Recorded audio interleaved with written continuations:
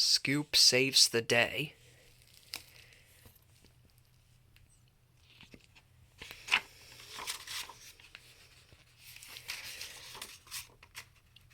It was a wild and stormy night. All across town thunder crashed, lightning flashed, and rain poured down. By morning the storm had stopped, but a lot of damage had been done. Bob was the first person to hear about it. "Bob, this is urgent," Wendy said, reading a fax aloud. "Roads are blocked and fences are broken. Immediate help is needed." "Okay, Wendy," Bob said, handing her his cell phone. "I'm on my way." Bob went out into the yard. "We're needed right away," he said to the vehicles. "I can dig it," chugged Scoop. "I can roll it," rumbled Rolly. Meanwhile, Lofty, Muck, and Pilchard went to Farmer Pickles' farm to make sure everything was all right there. "Look, we need to clean up the pond. Come on, Lofty," cried Muck. While Lofty was piling garbage into Muck's bin, Pilchard decided to get a closer look at the ducks. She scrambled up the storm-damaged tree and climbed onto a wobbling branch. "Crack! Meow!" cried Pilchard as she dangled over the water. "Quick, Lofty, do something. We gotta rescue Pilchard," exclaimed Muck. Lofty tried to hook the fallen tree, but he couldn't reach Pilchard. "Chirp," whistled Bird, and he flew away. "Look, Bird's going back to the yard for help," said Muck. "I'll go with him. You stay here and look after Pilchard." Meanwhile, Scoop and Bob were busy cleaning a road into town.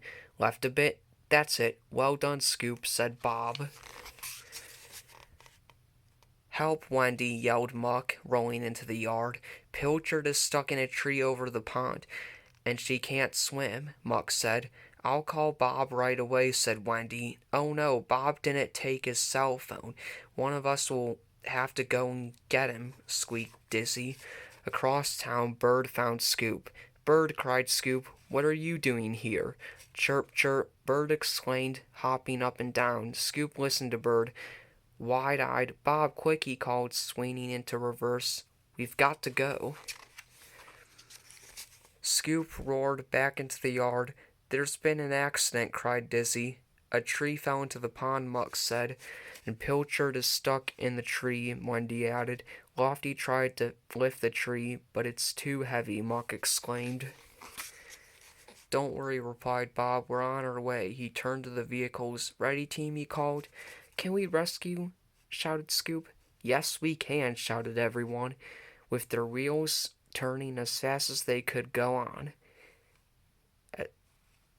Turning the wheels as fast as they can go. They all set off for the farm. Pilchard was very relieved to see Bob and the vehicles riding toward the duck pond. "Don't worry, Pilchard," said Bob. "We'll have you out of that tree in no time, but first we have to move the ducks out of the pond so they don't get hurt." Scoop picked up the ducks and gently placed them into Dizzy's cement mixer. "Quack, quack," said the ducks. "Oh," Dizzy giggled, "that tickles." "Now for Pilchard," said Scoop, and he gently placed his rear scoop under the frightened cat. "Hop in, Pilchard," called Bob. Pilchard leaped off the branch and collapsed into Scoop's bucket.